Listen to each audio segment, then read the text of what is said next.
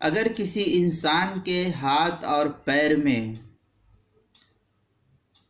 जो उमूमन कुदरत का निज़ाम है, 5-5 उंगलियां हाथ और पैर में होती है, कुल मिलाकर के 20 उंगलियां हैं।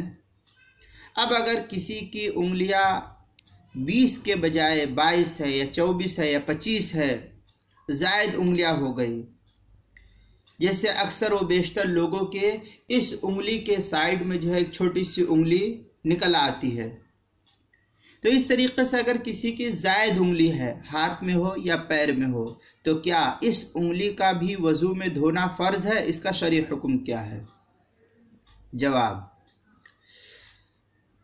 शामी की दुर्र मुख्तार की इबारत को देखने से मालूम होता है कि हाथ और पैर में जो उंगलियां ज़ायद है, 20 उंगलियों की जगह अगर किसी के 22 उंगली है, 25 उंगली है, तो शामी की इबारत को देखने से मालूम होता है कि इस ज़ायद उंगली का वज़ू में धोना भी फ़र्ज है।